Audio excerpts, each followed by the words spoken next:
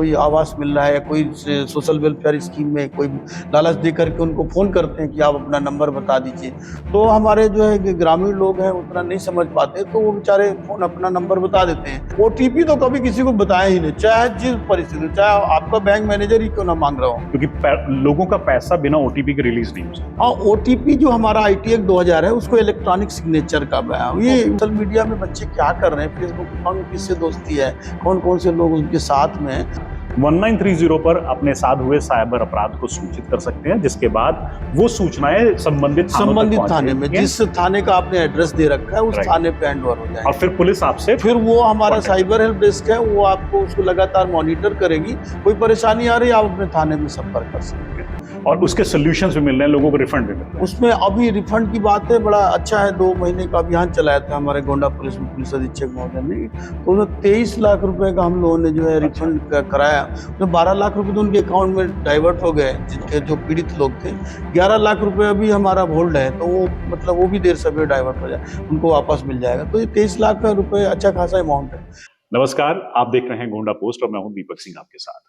Gonda post पर आज हम आपकी मुलाकात कराएंगे एक लेखक से, और उस लेखक का नाम है शिवराज, जो कि गोंडा के एडिशनल सुपरिटेंडेंट ऑफ पुलिस है। शिवराज जी, बहुत बहुत स्वागत है आपका गोंडा पोस्ट पर। हाँ, बहुत बहुत धन्यवाद। हाँ, नमस्कार। शिवराज जी का इंट्रोडक्शन हमने लेखक के तौर पर इसलिए किया, आपके मन में जिज्ञासा आ रही होगी, और उसका कारण यह है कि शिवराज जी ने पुस्तक लिखी है साइबर अपराधों के ऊपर, पॉक्सो एक्ट के ऊपर। आज हम शिवराज जी से मुख्य तौर पर साइबर अपराध पे बात करेंगे। साइबर अपराध किस किस प्रकार के होते हैं, किस तरीके से आपके जीवन में साइबर अपराध एक समस्या बनकर आया है, उनका सोल्यूशन क्या हो सकता है, कानून में किस तरह का प्रोविजन दे रखा है उन अपराधों से निपटने के लिए, और उनकी रेमेडीज क्या क्या है।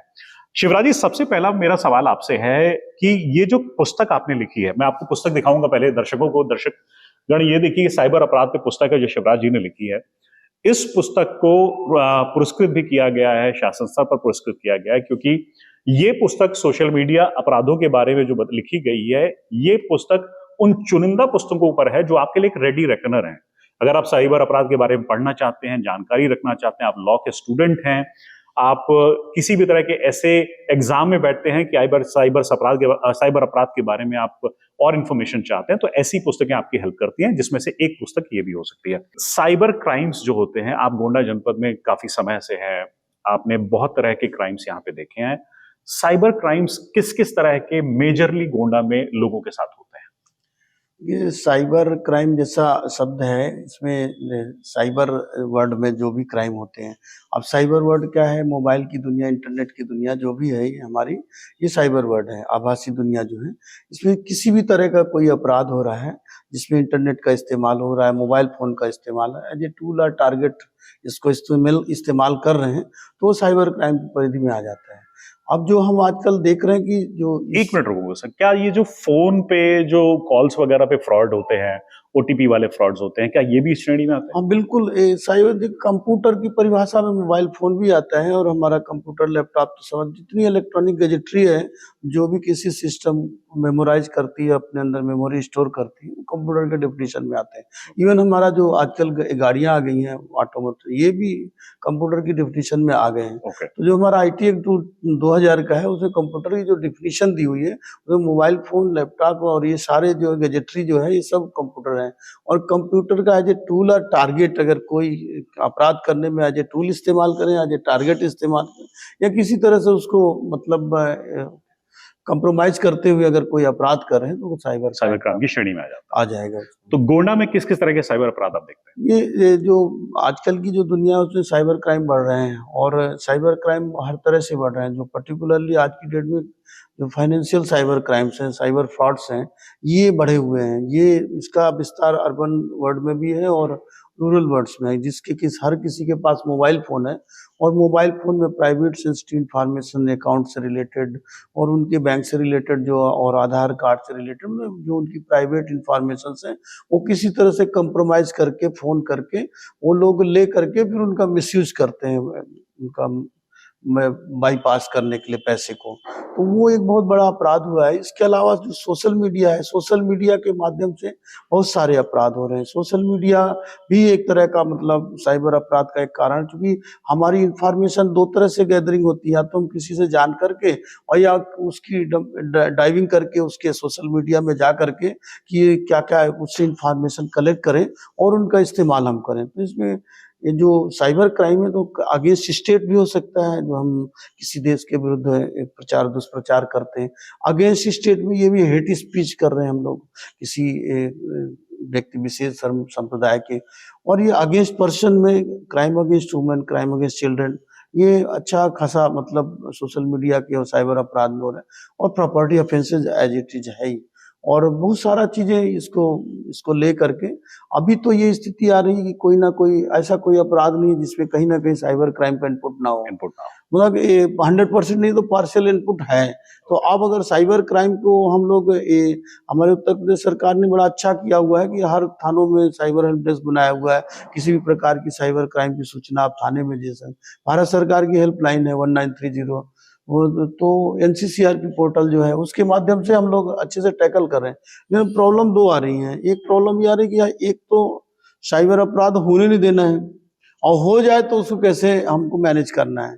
तो ये दोनों पॉइंट पे हम लोग काम कर रहे हैं। तो जागरूकता बढ़ा रहे हैं, और दूसरा इन्वेस्टिगेशन और आगे पैसे वापस कराना अगर फाइनेंशियल फ्रॉड हो गया। तो जो ये किताब है बेसिकली ये जागरूकता के एंगल से भी लिखी गई है और इन्वेस्टिगेशन के एंगल से। तो ये जैसा आपने बताया रेडी रिकनर है, तो ये रेडी रिकनर ही है, और हम लोगों ने इसको लोगों के बीच जा करके लिखा है और लोगों के स्टूडेंट्स की डिमांड पे लिखा है। ये प्रयागराज में हम लोगों की पोस्टिंग के दौरान दोनों लोग जो हमारे सहयोगी हैं वो भी वहीं पर CWC मजिस्ट्रेट थे, हम लोग साथ बैठते थे, तो लोगों की डिमांड पे लिखा गया। शुरुआत कब हुई सर इसकी? प्रयागराज में हमारी पोस्टिंग थी, और वहां पर ये हमारे साथ चाइल्ड वेलफेयर मजिस्ट्रेट थे, तो दोनों लोग साथ साथ बैठते थे। तो इन दोनों किताबों की नींव वहीं से पड़ी थी, पॉक्सो एक्ट की भी और सोशल मीडिया से साइबर अपराध। सर ने एक और किताब लिखी है, मैं आपको उस किताब से भी तारुफ करा दूं। बड़ी भारी पुस्तक है ये।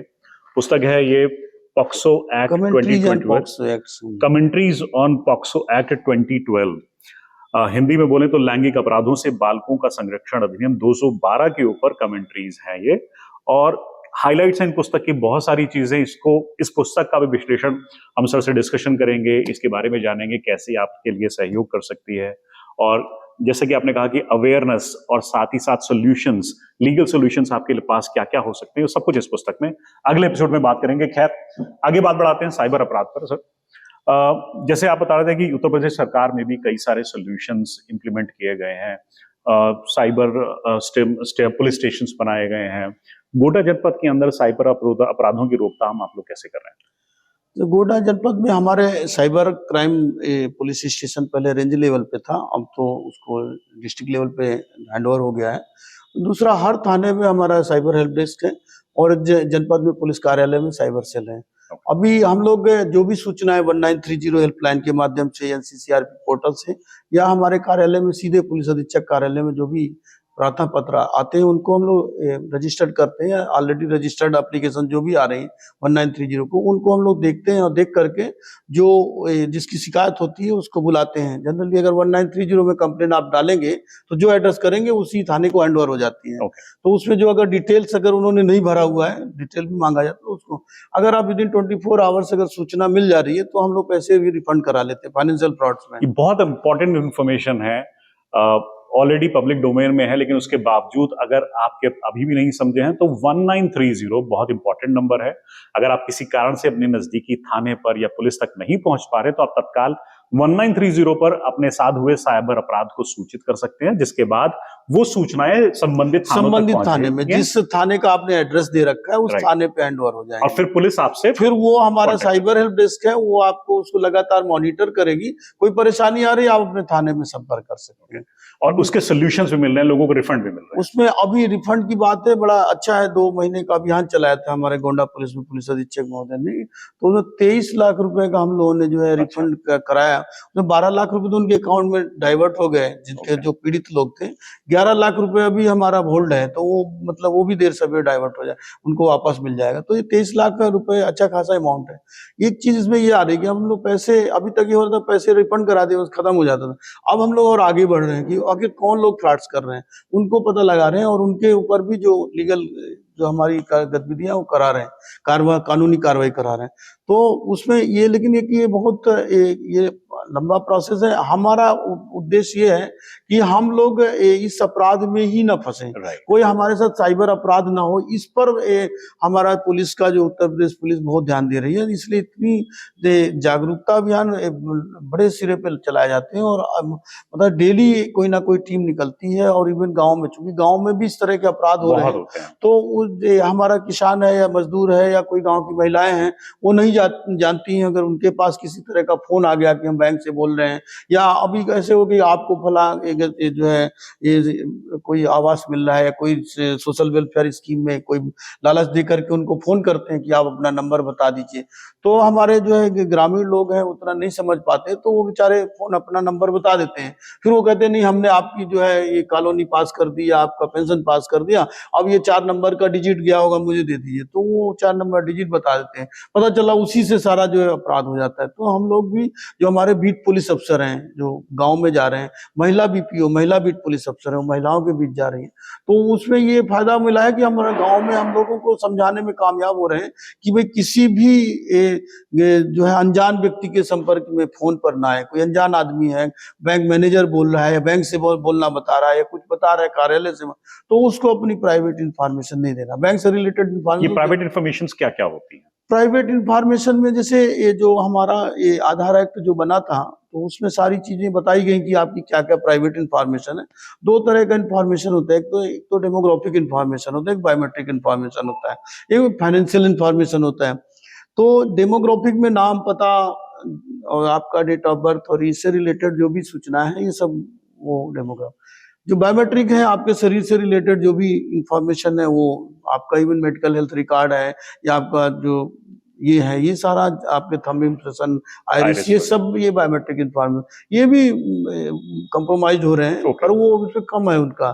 सबसे ज्यादा जो है प्रॉब्लम फाइनेंशियल इंफॉर्मेशन, तो सेंसिटिव पर्सनल इंफॉर्मेशन एसपीआई बोला गया है। तो एसपीआई को ज्यादा कंप्रोमाइज करती है। इसमें क्या है, जैसे आपका आधार नंबर है, आपका मोबाइल नंबर है, आपका बैंक अकाउंट नंबर है, एटीएम नंबर है, यूजर नेम पासवर्ड है, जो पैसे जैसे ये आपका जो बैंक में जैसे तिजोरी में पैसा रखा जाता है ना, तो इसी तरह से इंटरनेट बैंकिंग में भी ये जो भारत सरकार की गाइडलाइंस हैं, आरबीआई की गाइडलाइंस हैं, उसमें ये कि जो भी इंटरनेट बैंकिंग में कम से कम 3 ताले के बीच रहे, यूजर नेम है, पासवर्ड है, फिर ओटीपी आएगा, तो मतलब प्रॉपर ऑथेंटिकेशन के बाद ही एंट्री मिलती है उसमें। लेकिन उसमें भी अगर कोई बता देगा, अगर किसी को थर्ड पर्सन को आपने चाबी दे दी अपने अकाउंट की, आप बिना साइन किया हो, साइन करके आपने चेक दे दिया, तो पैसे तो निकाल ही लेगा। ओटीपी का मतलब तो इलेक्ट्रॉनिक सिग्नेचर है ना, तो आपने इलेक्ट्रॉनिक सिग्नेचर आपने दे दिया अपना, तो फिर हो गया, पैसा निकल गया। तो हम लोग ये जागरूक करते हैं कि लोग अपने कोई बैंक से रिलेटेड इंफॉर्मेशन तो दे ही ना। ओटीपी तो कभी किसी को बताया ही नहीं, चाहे जिस परिस्थिति, चाहे आपका बैंक मैनेजर ही क्यों ना मांग रहा हो, क्योंकि लोगों का पैसा बिना ओटीपी के रिलीज नहीं हो सकता। हाँ, ओटीपी जो हमारा आईटी एक्ट 2000 है, उसको इलेक्ट्रॉनिक सिग्नेचर का ये वो जो है यूजर ऑथेंटिफिकेशन का एक माध्यम है। और ओटीपी आपने बताया नहीं कि आपने अपने साइन कर दिया, आपने मतलब ब्लैंक चेक में साइन कर दिया, तो हमको अपना ओटीपी किसी तरह से नहीं बताना किसी को भी। सर, ये पुस्तक पढ़ रहा हूं मैं आपकी, इसमें कई आपने विभिन्न प्रकार के साइबर क्राइम्स के बारे में चर्चा कर रखी है, और कुछ कमेंट्री जो मैं देख रहा हूं इसमें है ऑनलाइन गेमिंग के ऊपर, जिसमें बच्चे, खासकर नौजवान बच्चे बिजी हो जाते हैं। ऑनलाइन गेमिंग होती है, पैसा कमाने वाले साधन होते हैं, बेटिंग एप्स वगैरह हैं, इस तरह की एप्स है, कुछ बिटकॉइंस वगैरह कमाने वाले जो एप्स वगैरह होते हैं उसमें लोग हो जाते हैं। मैं देखता हूँ कई सारे, आपने सोशल मीडिया के ऊपर बकायदा हर सोशल मीडिया के बारे में किताबों में लिखा हुआ है। ऐसे जो यूथ हैं जो इन लालचों में फंस जाते हैं, या फिर चूंकि ज्ञान की कमी होती है, अज्ञानता होती है, खासकर छोटी उम्र में, और आप किसी तरीके से पापा का मोबाइल, मम्मी का मोबाइल लेकर एंगेज हो जाते हो एंड आप गलती कर बैठते हो, तो उन बच्चों को इन गलतियों से कैसे बचाया जा सकता है? ये देखिए, सोशल मीडिया में या साइबर वर्ल्ड में हमें बच्चों को बहुत वल्नरेबिलिटी है उनको लेकर के। बच्चे हमारे उत्सुकता बहुत होती है, हर नई चीज के साथ वो इंटरेक्ट करना चाहते हैं, जानना चाहते हैं क्या होता है। और जैसा समय बदल रहा है तो ऑनलाइन गेमिंग है या जैसा आप बता रहे हैं कि और भी सोशल मीडिया के माध्यम है, उनसे जो है बच्चे इंटरेक्ट करते हैं। सबसे बड़ी बात आ रही कि हमको बच्चों को और बच्चियों को साइबर वर्ल्ड में बचाना बहुत ज़रूरी है। बहुत जैसे साइबर स्टॉकिंग का अपराध है। जी। तो पहले ये होता था कि हम लोग पीछा करते हैं बच्चियों का या फिजिकल वर्ल्ड में फिजिकल स्टॉकिंग होता था। पर आजकल फिजिकल स्टॉकिंग में साइबर स्टॉकिंग बहुत हो रहा है।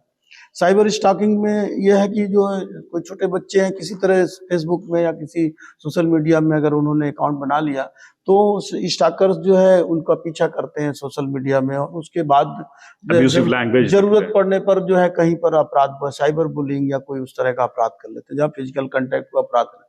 लेकिन इससे आगे भी बात बढ़ गई है। आज की डेट में क्या छोटे बच्चों बच्चियों को साथ एक साइबर ग्रूमिंग का अपराध हो रहा है। ये cyber grooming silent killer type का है। साइलेंट इसलिए है कि ये साइलेंटली काम करता है। है क्या सर ये साइबर ग्रुपिंग? साइबर ग्रूमिंग एक ये छोटे बच्चों बच्चियों के साथ होता है अपराध ये, और ये टेंडर एज में टीनेजर्स मान लीजिए उसी एज में होता है। क्या जैसे सोशल मीडिया में कोई बच्ची है बालिका है उसने अपना अकाउंट बना लिया तो उसका बहुत कोई नियर एंड डियर बन करके या रिलेटिव बन करके या हो सकता है रिलेटिव भी हो तो उसे वो बहुत मतलब ट्रस्ट गेन करते हैं कि हाँ हम बहुत आपके अच्छे के लिए कर रहे हैं।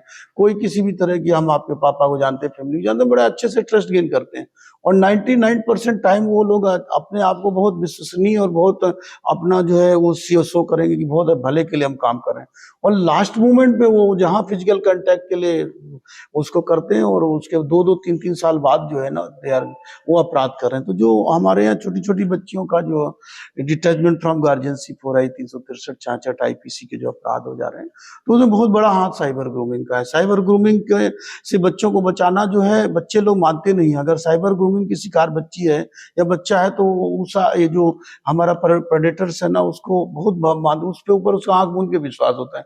वो ये मानने के लिए तैयार नहीं कि गलती कर सकता है, लेकिन जब लास्ट मोमेंट में गलती करता है तो फिर वो बच्ची या बच्चा जो है अपने फैमिली से भी बगावत करते हैं।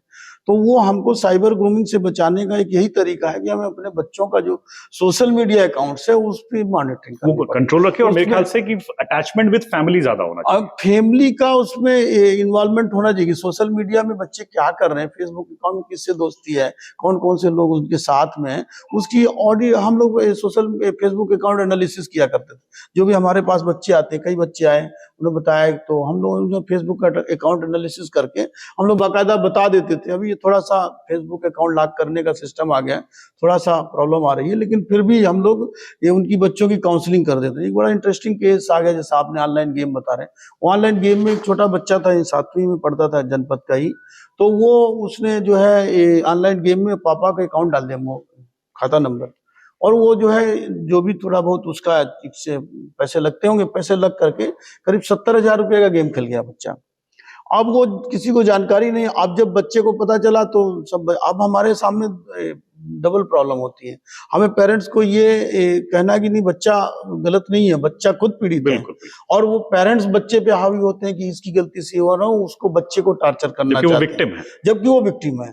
तो हम लोगों को ये डबल काम करना पड़ता है। एक तो पेरेंट्स को सेटिस्फाई करना कि नहीं आपकी तरह वो बच्चा भी पीड़ित है, आपका पैसे गया लेकिन उसका तो सब कुछ चला गया, ट्रस्ट भी गया, सिस्टम वो तो मतलब सिस्टम से जो है उसको डिस्ट्रेस मिला, तो वो फिर दोनों को काउंसलिंग भी करते हैं, बच्चों की इन्वेस्टिगेशन भी करते हैं। इन्वेस्टिगेशन काउंसलिंग मस्ट है। अगर बच्चों की काउंसलिंग नहीं हुई ना तो वो बहुत गलत स्टेप उठा सकते क्या, और ये पुलिस करती है? हम लोग कर रहे हैं। हमारा साइबर थाना है, साइबर सेल है, सीडब्ल्यूसी के पास ले जाते हैं। अगर कोई बच्चे ऐसे तो बाल कल्याण समिति है, उनके सामने भी हम ले जाते हैं। ऐसे केसेस आए हम लोगों के पास तो उसी बच्चे को जो सत्य है उसको हम लोग समझाते हैं कि जो है नहीं ये बच्चा खुद पीड़ित है, और हम उसको काउंसिल करके उसको उसकी जो है हिडन क्वालिटीज निकालते हैं बच्चों की, तो उनको बकअप करते हैं कि भाई आइए अच्छा पढ़ो, आप अच्छा करोगे, तो वो कुछ बच्चे अच्छा करे भी हैं। ये ध्यान से सुनिएगा क्योंकि अपराध जिसके साथ होता है वो सिर्फ बड़े नहीं होते, बच्चों के साथ भी होते हैं। साइबर अपराध जितना बच्चों के साथ होता है बड़ों के साथ भी होता है। तो इसीलिए बच्चों को दबाना या डांटना ये सॉल्यूशन नहीं है। पुलिस को रिपोर्ट करें, पुलिस की सहायता लें, बच्चों को सपोर्ट करें। ऐसे मौके पर जिस तरह से आपको सपोर्ट चाहिए, बड़ों को सपोर्ट चाहिए, बच्चों को भी सपोर्ट चाहिए होता है। सर प्लीज आप कंटिन्यू। इसमें बिल्कुल सही कह रहे हैं। इसके अलावा और भी बड़ों के साथ भी जो अपराध हो रहे हैं, जो सोशल मीडिया में जी। वीडियो कॉल आ गया, कोई जी और वीडियो कॉल आ आजकल गया, बड़ा स्कैम मैंने कई प्रदेशों में देखा है, हाँ, न्यूड तो वीडियो वो कॉल, भी एक तरह का सोशल वो भी फ्रॉड चर्चा है इस किताब हाँ, में? इस किताब में दिया गया है। वैसे भी सभी लोग जानते हैं कि हमको हम जो सोशल मीडिया या किसी साइबर क्राइम से बचने का हमें अनजान आदमी को नहीं अटेंड करना है। अनजान आदमी का वीडियो कॉल तो अटेंड ही नहीं करना चाहिए। लेकिन अगर कोई वीडियो कॉल आ रहा है, अगर उत्सुकता है आपको, तो सीधे वीडियो कॉल को अपने फेस पे मत लगाए, उसको वर्टिकली अपलोड करके देखिए कौन उसमें दिख रहा है। अगर आपको लग रहा है कि आपका जान पहचान का कोई दिख रहा है, आप कैमरे के सामने मत आइए। फिर अगर आपको लग रहा है कि कैमरे में कोई सही आदमी आपका जान पहचान है, तो अटेंड करिए, अदरवाइज उसे डिलीट कर दीजिए, कोई जरूरत नहीं करने तो की। नंबर 1 रूल, किसी भी ऐसी कॉल को बिल्कुल मत उठाइए जिसके बारे में आप जानते नहीं, अननोन नंबर से कोई भी वीडियो कॉल आए तो बिल्कुल मत उठाइए। और अगर आपकी जिज्ञासा है उठाने की, तो अपना चेहरा तुरंत बिल्कुल मत दिखाइए, छत की तरफ दिखाइए, कहीं दिखाइए, ब्लैंक दिखाइए। पहले कंफर्म करिए कि सही व्यक्ति द्वारा कॉल की गई है या नहीं, उसके बाद ही कॉल को कंटिन्यू करिए। बिल्कुल सही कहा सर। बिल्कुल सही है। अब अगर इसके बाद बाय द वे आप न्यूड वीडियो कॉल से फ्रॉड के शिकार हो जा रहे हैं, तो वो अपना उसमें गिल्टी फीलिंग की जरूरत नहीं, विक्टिमाइज होने की जरूरत नहीं है। आप आइए और अपने आप को तुरंत बताइए। अभी आपके यहाँ पर कई लोगों का जो है इस तरह के कॉल आए और उन्होंने तुरंत हमसे संपर्क किया, तो हमने कहा नहीं, तुरंत आइए हमारे पास। ये गोंडा में हो रहा है। गोंडा में 2 केस ऐसे आए, उन्होंने तो पैसे भी ट्रांसफर कर दिए बचने के लिए, कि हम तुम्हारा वीडियो कॉल, हम वीडियो सोशल मीडिया में प्रसारित कर देंगे। तो उनको समझाया गया कि नहीं, आप तुरंत आइए, वो आपके साथ फ्रॉड हुआ है, आपकी कोई गलती नहीं है, आप परेशान मत होइए, इसमें किसी प्रकार की सामाजिक प्रतिष्ठा का हनन नहीं होगा। हम लोग यहाँ तक समझाया, कई लोगों को समझाया, लोगों समझ में आया, वो आए और उनके पैसे भी वापस हुए। अच्छा। हाँ, पैसे भी वापस हुए। एक तो बड़ा इंटरेस्टिंग केस, आपके मीडिया बंधु हैं बड़े, उनके साथ ऐसे हो गया, मतलब तो उनको भी समझाया जा रही है। और उसे किसी ने कहा कि मैं सीबीआई से बोल रहा हूँ, इंस्पेक्टर आपका न्यूड वीडियो कॉल आ गया। तो ऐसे कुछ भी आता रहे, आपको डरा रहा है कोई, तो आप साइबर फ्रॉड का केस मानते हुए हम लोगों को जरूर बताएं। 1930 पे मतलब आप कॉल करिए, उसमें cybercrime.gov.in जो भारत सरकार की जो वेबसाइट है, उसमें भी आप कंप्लेन अपलोड कर सकते हैं। ओके सर, साइबर अपराध जब होता है, जुरिस्डिक्शन की अगर बात आती है, तो व्यक्ति को किस थाने का जुरिस्डिक्शन लगता है, जहां वो निवास करता है, या वो सदर कोतवाली जाए, या वो डायरेक्ट एसपी के पास जाए? क्या जुरिस्डिक्शन इसमें क्लियर है कि कहां पे रहेगा? जुरिस्डिक्शन का कोई इशू नहीं है। जो जहां पर है, जो जहां पर उसके साथ फ्रॉड हुआ है, तो वहां जा सकता है। अगर वो अपने घर में उसके द्वारा फ्रॉड हुआ है, तो अपने थाने पे निवास के थाने पे 1930 में जब आप कंप्लेन करेंगे, तो जो आप एड्रेस डालेंगे उस थाने को हैंड ओवर हो जाएगी आपका। उसमें जुरिस्डिक्शन के कोई इश्यूज नहीं है। और उसमें कहीं ये हो सकता है कि आपको डाइवर्ट किया जाए कि आपका बैंक अकाउंट वहां पर है। ये तो इन सबसे बचने के लिए 1930 पे कंप्लेन अपलोड करें और साइबर सेल है या हम लोगों को अप्रोच करें, कोई समस्या नहीं है इस तरह। सर, और अगर इंटरनेशनल फ्रॉड होता है, किसी दूसरी कंट्री से फोन किया जा रहा है, तब साइबर फ्रॉड होता है, तो उसका भी कुछ इंसान, जो पब्लिक है, वो पुलिस को जाकर रिपोर्ट कर सकती है? बिल्कुल। आप नेशनल इंटरनेशनल फ्रॉड, अगर आपके साथ साइबर फ्रॉड हो रहा है किसी भी तरह, पहले तो बचना है। अगर बचते रहिए, अगर नहीं बच पाए, अगर हो ही गया, तो फिर आपको छिपाना नहीं है। कहा में तुरंत आपका जो नजदीकी पुलिस थाना है वहां जाइए। नहीं समझ में आ रहा है, हम लोगों को बताइए। 1930 सफिशियंट है, बहुत अच्छा काम कर रही है। हेल्पलाइन जब से आई, तो हम लोगों ने लोगों को संतुष्ट करा, मतलब संतुष्ट हो रहे हैं, पैसे वापस हो जा रहे हैं, और भी आगे का भी काम हो जा रहा है। साइक एप्स है, उसका एक और सपोर्टर है, उसे हम लोग अच्छे काम हो रहे हैं, कोई इशू नहीं आ रहे हैं। एक मैंने चैप्टर देखा आपकी पुस्तक में है ब्लू व्हेल गेम के ऊपर। वो गेम क्या अभी भी खेला जा रहा है? क्या बच्चे अभी भी प्रभावित हो रहे हैं? वो तो जिस समय का ये बुक है, उस समय ब्लू व्हेल गेम खेला जा रहा था। उस समय बड़ा इशू बना हुआ था, तो हम लोगों ने इसको ऐड किया हुआ था। और अभी तो बंद चल रहा है, और लेकिन उससे मिलते जुलते बहुत सारे गेम्स जो है बच्चे खेल रहे हैं। अपराधी कुछ ना कुछ नया तरीका अपराध करने का ढूंढ रहे हैं। उसमें गेम्स में जो है बच्चों को खेलना भी है और नहीं भी खेलना है। और गेम्स के लिए तो ये बहुत कोई थंब रूल यही है कि भी बच्चों को अपनी नजर में रखिए व्हाट दे आर डूइंग। और उसमें एक चीज ये है कि बच्चों का व्यवहार भी देखना है। उन्हें साइकोलॉजिकल चेंजेस अगर बच्चे में आ रहे हैं, बहुत शाई रह रहा है, बहुत छिपा छिपा रहा है, और मान लो अगर आप बच्चे के रूम में एंट्री कर रहे हैं, वो आपको देखते ही लैपटॉप बंद कर दे रहा है या मोबाइल जो ऑफ कर दे रहा है, इसका मतलब समथिंग डूइंग रॉन्ग, तो फिर आपको उसे देखना पड़ेगा। सीधे अगर बच्चे को आप डांटेंगे डपटेंगे तो नहीं सुनेगा, पर उसको बैठा के समझाना पड़ेगा। काउंसलिंग करेंगे तो हो जाता है, कोई समस्या नहीं आती है। हम लोगों के पास जो केसेज आ रहे हैं, तो हम लोग उनको जो है मैनेज करते हैं। मैट्रिमोनियल डिस्प्यूट्स में भी क्या साइबर क्राइम इन्वॉल्व है? मैंने आपके चैप्टर में देखा मैट्रिमोनियल डिस्प्यूट्स की भी चर्चा की गई है। और बिल्कुल मैट्रिमोनियल डिस्प्यूट में जब तक सही रहता है तो सही है, जब उन्हें बिगाड़ होता है तो फिर किसी भी हद तक लोग जाते हैं। तो वहाँ डिफेम करने के लिए कोई भी किसी भी पक्ष के उसमें जो सोशल मीडिया का सहारा लेता है। तो उसमें तो यही है, सोशल मीडिया में भी जनरली मैट्रिमोनियल डिस्प्यूट में वही जो है नजदीकी लोग रहते हैं। अभी एक केस आया था, बड़ा इंटरेस्टिंग केस था, और वो जो है एक नवविवाहिता को लेकर के हमारे सामने एक नए वकील साहब थे, वो आए, बोले सर हम बहुत परेशानी में, ये समस्या है, हमारे मैडम का सोशल मीडिया अकाउंट बन गया फर्जी और उसमें ये प्रॉब्लम हुई। तो हम लोगों ने उसका जो फेसबुक के अकाउंट था, फेसबुक अकाउंट एनालिसिस किया हम लोगों ने, और उसको एनालिसिस करके उनको बताया कि फला आदमी है, तो मानने के लिए तैयार नहीं हुए। मतलब विदिन वो मतलब आप फेसबुक अकाउंट को देख करके अगर आप जो है उसकी एनालिसिस करेंगे तो बहुत सारी चीजें पता चल जाता है कि कौन कहाँ से क्या कर रहे हैं। तो हम लोगों ने उसको तुरंत पता लगा लिया कि ये आदमी है। उन्होंने बताया, उन्हें विश्वास नहीं हुआ। मैंने 2 दिन आप आराम से चेक कर लो फिर आ जाना। उसके बाद चेक करके आ गए, बोले हाँ साहब आप बिल्कुल सही कर रहे हैं, यही है। तो फिर हमने FIR लिखा, बोले नहीं आप FIR रहने दीजिए। तो उसमें भी प्रॉब्लम पुलिस को हो जाती है कि भाई कुछ लीगल डिस्पोजल होना चाहिए। तो हमारा ये कहना है कि कोई अपराध हो जा रहा है तो भले ही आपकी राहत मिल जाए, उसको आगे बढ़ना है उसको, ताकि वो आदमी दूसरे के साथ गलत काम ना करे। तो ये थोड़ा सा जरूरी है। एक और चीज सर, पिछले दिनों देखा गया था, एनआईए ने गोंडा जनपद में भी दस्तक दी थी। कई सारे जो अपराधी और आतंकवादी किस्म के कुछ कॉन्टैक्ट्स यहाँ गोंडा की जनपद में लोगों के साथ पाए गए थे। और आपके एक बुक के एक चैप्टर में national integration and cyber loss के ऊपर भी चर्चा की गई, डिस्कशन किया गया है। कितना इंपॉर्टेंट पार्ट है ये, और ऐसे लोगों से दूरी बनाने के लिए आम जनता या आम जनमानस भटकने से, कि सही रास्ते पे चलें, गलत रास्ते पे ना भटकें, आप क्या उन लोगों को सुझाव देना चाहेंगे? ये देश की एकता और अखंडता जो हमारा प्राइम ऑब्जेक्टिव है, उससे तो कोई समझौता कोई कर ही नहीं सकता किसी भी स्तर पे। और इस देश में रहने वाले जितने लोग हैं, उससे पूरी तरह देश के संविधान के अंतर्गत उसकी पूरी तरह गारंटी है।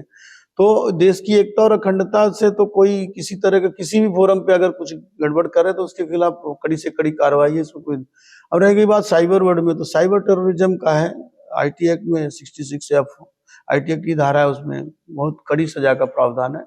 और अगर देश के विरुद्ध कोई भी गतिविधि आप करते हैं, जिससे बड़ी गतिविधियां जिस तरह की भी हैं, तो वो साइबर टेररिज्म का है। जैसे अभी हमारा एम्स का जो सिस्टम इन्होंने जो हाईजैक किया, कंप्रोमाइज किया, वो साइबर टेररिज्म के कैटेगरी का है। तो अगर ऐसा नहीं है कि आप लोगों के लिए धाराएं, जो भी मतलब गलत करेगा उसके लिए धाराएं नहीं है, पर हमारा जो देश का जो cyber warfare and defence system इतना मजबूत है कि किसी की ऐसी हिम्मत नहीं है। लगातार लोग करते रहते हैं कंप्रोमाइज, हैकिंग करने का प्रयास करते हैं, बट हमारे सिस्टम में अच्छे से हम लोगों का रिस्पांस सिस्टम बहुत अच्छा है, सर्टिन है। Computer emergency response team of India जो है, वो उसका काम अच्छा है। जब भी कोई इस तरह के इंसिडेंट होते हैं तो हम लोग रिपोर्ट करते हैं, वहां से भी प्रॉपर रिस्पांस मिलता है, कोई समस्या नहीं आ रही। लेकिन हम लोग लोगों से यही कहेंगे कि अगर आपको कहीं भी कोई ऐसी गतिविधि नजर आ रही है, चाहे वो फिजिकल वर्ल्ड में या साइबर वर्ल्ड में, अगर आपके संज्ञान में ऐसा कुछ आ रहा है कि जो आदमी इंटरनेशनल एक्टिविटीज में इन्वॉल्व है, या कहीं टेरर फंडिंग में इन्वॉल्व है, या साइबर टेररिज्म में इन्वॉल्व है, या अनलॉफुल एक्टिविटीज में इन्वॉल्व है, या ऐसा कुछ अपराध है, तो उसको तुरंत जो है सिस्टम में लाएं 1930 के माध्यम से, या साइबर किसी भी तरह से सूचना अगर पुलिस को मिलती, इवन 112 में भी आप सूचना दे सकते हैं। तो उसको हम लोग उसी हिसाब से, सूचना मिलने के बाद फिर हम लोग कार्रवाई अच्छे से कर लेते हैं। तो सूचना मिल जानी चाहिए। हमारा अपना सिस्टम है जो हम लोग सोशल मीडिया सर्विलांस का जो हमारा निगरानी का सिस्टम, लोग निगरानी कर रहे हैं, उससे भी जानकारी मिलती है और हम लोग उनको प्रिवेंटिव एक्शंस भी लेते हैं। शिवराज जी, इस पुस्तक के बारे में अब मैं 2-3 सवाल आपसे करूंगा। एक तो ये कि पुस्तक लिखने के बाद आपका मतलब इस वर्ल्ड का, जो लोग पाठकगण हैं और जो लॉ में इंटरेस्ट रखता है, साइबर लॉ के बारे में पढ़ना चाहता है, किस तरह का रिएक्शन इस पुस्तक के बारे में आपको मिल रहा है? पहली बात तो ये पुस्तक हिंदी में लिखी गई है, और इसको जो है सभी इस तरह से इसको मतलब इसका उपयोगी बताया गया, जो छात्रों के लिए जो न्यू इंट्रेंट्स हैं उनको बहुत अच्छा लग रहा है। अभी UGC ने जो है ग्रेजुएशन लेवल पे, BA BSc लेवल पे साइबर सिक्योरिटी का कुछ सिलेबस जो है जो डाला है। इंटरेस्टिंगली इस किताब में पूरा सिलेबस कवर है। और इसके अलावा जो हमारे जो लॉ में जो बच्चे पढ़ रहे हैं, जो स्टूडेंट्स हैं, उनके लिए भी है। इवन जो प्रोफेशनल लॉयर्स हैं, उनमें केस लॉज हम लोग ने अच्छे केस लॉज, इसमें जो भी है जिस सब्जेक्ट से रिलेटेड केस लॉ, हमारे जो को ऑथर्स हैं, उन्होंने अच्छे केस लॉज भी सारे इकट्ठे किए। तो ऐसा नहीं है कि ये किसी मतलब ये बेसिकली जागरूकता के लिए लिखी गई थी, पर ये सारे मतलब लोगों मेरा अगला सवाल यही था कि ये किताब आपने लिखी क्यों? भाई शिवराज जी के पास दिन भर, मतलब चूंकि हम लोग आपसे बातचीत करते रहते हैं, हमें पता है कि आप बहुत ही व्यस्त व्यक्ति हैं। सुबह से लेकर शाम तक क्राइम से रिलेटेड लोगों की समस्याओं को सुलझाते रहते हैं, इन्वॉल्व रहते हैं, फील्ड पर दौड़ते हैं, ऑफिस में करते हैं काम। उसके बाद इसके पीछे आपका मतलब क्या मोटिवेशन रही कि मुझे ये पुस्तक लिखनी है? बेसिकली ये हम लोग जब जैसे जॉब करने के दौरान हम लोग साइबर अपराधों से जागरूकता अभियान चलाते हैं। स्कूलों कॉलेजों में जाते हैं तो जो बहुत सारी बातें होती हैं बच्चों को बताते हैं, तो ज्यादातर स्टूडेंट्स का यही रिएक्शन है, कंपाइल करके हम लोगों को दीजिए। और जो अच्छा। हम दोनों लोग को आतर से दोनों लोग साथ साथ कई स्कूलों में गए, प्रयागराज में भी बहुत अच्छे अच्छे कार्यक्रम हम लोगों ने किए। तो उसके बाद ये उन्हीं की डिमांड है कि सर इसको आप कंपाइल करिए, तो कंपाइल करने के बाद फिर ये पुस्तक का आकार ली। और ये बेसिकली जो है जागरूकता अभियान के तहत ये लिखी गई है कि लोगों को जागरूक करने के लिए। और जैसे कि आपने बताया कि नए नए प्रकार के साइबर फ्रॉड हो सकते हैं, हमने ब्लू व्हेल गेम के बारे में बात की, आपने बताया कि नए नए तरह के और इस तरह के गेम के वर्जन्स आते रहते हैं। क्या ये किताब भी रेगुलरली अपडेट, इसके रिवाइज्ड वर्जन्स वगैरह आते रहते हैं? अभी हम लोगों ने 2 बार इसको अपडेट किया है और जैसी भी जरूरत पड़ेगी तो और अपडेट करेंगे। और जरूरत पड़ने पर और अगर जैसी लेटेस्ट जैसे आर्टिफिशियल इंटेलिजेंस आ गया है, क्रिप्टो करेंसी का, अभी बिटकॉइन की बात करें, ये सारे नए नए तरह के अपराध, डीप फेक वाले अपराध आ रहे हैं, तो उनको भी हम लोग उनसे भी टैकल कर रहे हैं, उनको भी सही कर रहे हैं। हमारा जो मुख्यालय में साइबर सेल है उनकी भी मदद लेते हैं।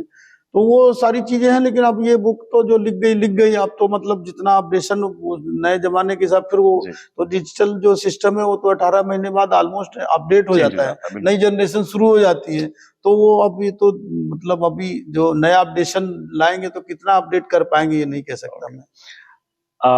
आपके जैसे आपने बताया कि बच्चों की डिमांड पर कि कंपाइल करके मुझे पुस्तक लिखनी है, जब आपने पुस्तक लिखी उसके बाद आपके अधिकारी गणों का, आपसे आपके सुपीरियर्स का इस पुस्तक पर क्या रिएक्शन है? मैंने देखा कि आपको पुरस्कृत भी किया गया। ये पुस्तक को भारत सरकार में माननीय गृह मंत्रालय से और लॉ एंड जस्टिस मिनिस्ट्री से इसको पुरस्कृत किया गया। बेसिकली इस किताब को मतलब ये जनोपयोगी पाया गया, इसलिए पुरस्कृत हुई है। और हम लोगों का इसके लिए हम लोग मतलब गौरवान्वित करते हैं कि नहीं, अच्छा है। हम लोगों ने खेल खेल में एक प्रयास किया और उसको एक पुरस्कार मिला, ये अच्छी बात है। इससे उत्साहवर्धन हुआ, फिर हम लोग दूसरी किताब लिखी, इसका ये फायदा। अभी हम लोग दूसरी किताब वो पॉक्सो वाली लिखी आपने? पॉक्सो, हाँ, ये सेकंड इसका है, दोनों लोगों ने साथ साथ। मतलब आपके जीवन की पहली पुस्तक ये है? हाँ, दूसरी पुस्तक कमेंट्रीज ऑन पॉक्सो एक्ट। तीसरा हम लोग तैयार कर रहे हैं साइबर क्राइम पे ही। सोशल इंजीनियरिंग अटैक पर काम कर रहे हैं हम लोग। ये सोशल इंजीनियरिंग अटैक से लोग वही जो दुनिया भर का जितना कंप्रोमाइज करते हैं ना साइबर, मतलब लोगों आपको फोन करके कोई सूचना ले रहा है, आपके फोन से जो है कुछ आपकी पर्सनल इंफॉर्मेशन ले रहा है, तो that is a part of, जैसे फिशिंग है, बेटिंग है, या जितना एसमिशिंग है, विशिंग है, ये सारा जो है सोशल इंजीनियरिंग अटैक का पार्ट है। तो हम लोग सोशल इंजीनियरिंग अटैक से जो साइबर अपराध हो रहे हैं उसको थोड़ा सा। ये पुस्तक कब तक आएगी? 2 साल लग जाएंगे। 2 साल लग जाएंगे। अभी तो टाइम लगेगा। पुस्तक लिखना बहुत आसान काम नहीं होता, मेहनत लगती है, समय लगता है, रिसर्च लगती है। फिक्शन आप सोच के या कुछ करके कर सकते हैं, लेकिन आप यहाँ पर फैक्चुअली गलत नहीं हो सकते इन तरह की पुस्तकों में, इसलिए आपको बहुत रिसर्च करनी पड़ती है। सर, मेरा अंतिम सवाल आपसे, सवाल क्या कहूंगा मैं, आपके माध्यम से लोगों को एक संदेश देना चाहूंगा साइबर क्राइम्स के ऊपर, खासतौर पर गोंडा पोस्ट के दर्शकों के लिए, कि किस तरीके से वो साइबर क्राइम से बचे। हमने ऑलरेडी बात की है, आपने बहुत सारे सुझाव बताए हैं, लेकिन अगर कुछ छूट गया हो तो प्लीज यार रिकैप करिए दोबारा से कि वो किस तरीके से बचे, और अगर अपराध होता है तो क्या करना चाहिए। मैं आपके गोंडा पोस्ट के माध्यम से जो है ये अपने सभी साथियों को, अपने दर्शकों को, और जो हमारे साथ परिवेश में जो रह रहे हैं सबको ये हमारा जो एक सुझाव है या कहिए हमारा मार्गदर्शन है कि जो मोबाइल फोन है आपका, ये आपकी पर्सनल गजेटरी है। पर्सनल गजेटरी का मतलब इसकी आप जो IT एक्ट में धारा 10 है ना, जो इसका मालिक होता है, ट्रिब्यूटर है, उसकी जिम्मेदारी है। तो मोबाइल फोन का मिसयूज ना हो, इसके लिए सबसे अच्छी बात है कि मोबाइल फोन कभी दूसरे हाथ में नहीं जाना चाहिए। दूसरे का मोबाइल फोन आप इस्तेमाल नहीं करेंगे, आपका मोबाइल फोन दूसरे हाथ में नहीं जाना चाहिए। तो चार्जिंग के समय या किसी ऐसे समय जब आपके पास नहीं, मोबाइल के पास नहीं है, तो ये सुनिश्चित करिए कि आपके मोबाइल फोन का दुरुपयोग हो, क्योंकि मोबाइल फोन के माध्यम से अगर कोई चीज आपकी हुई तो हम लोग जो साइबर क्राइम इन्वेस्टिगेशन में ट्रैक बैक होकर के मोबाइल फोन तक पहुंचते हैं और फिर मोबाइल फोन का मालिक कौन है उसको ढूंढते हैं। तो इसका साइबर क्राइम इन्वेस्टिगेशन के दो ही काम होते हैं, उस डिवाइस का पता लगाना जिससे अपराध हुआ है और उस डिवाइस के मालिक का पता लगाना।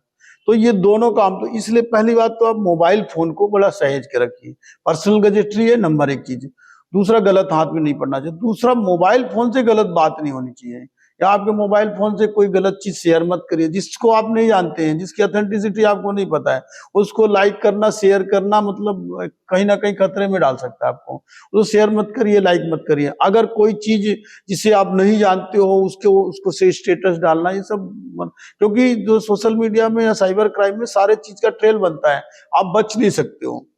इसमें अनावश्यक कोई चीज देखने की जरूरत भी नहीं है कि आप जो है आप देख रहे हो जो चीज नहीं देखना है मोबाइल फोन में, पोर्नोग्राफी देख रहे हो या कोई वो चीज है, तो ऑटोमेटिक ट्रैकिंग सिस्टम है हमारा। जो उत्तर प्रदेश सरकार का साइबर ट्रिपलाइन से जो है समझौता हो गया है, तो इस तरह जो चाइल्ड पोर्नोग्राफी देखते हैं उनको ऑटोमेटिक ट्रैक करते हैं हम लोग। तो वो उसमें भी कई केसेस आए हुए, हम लोगों ने FIR तक दर्ज करी है। तो इसलिए आपके मोबाइल फोन में कोई ऐसी चीज मत देखिए जो जिसको नहीं देखना है, जो सोशली या जो है लीगली वो बैंड है, तो फिर बैंड है वो, उसको आप देखेंगे तो ऑटोमेटिकली पकड़ है। अच्छा, इसमें एक गलतफहमी ये पालने की जरूरत नहीं है कि हमने डिलीट कर दिया है।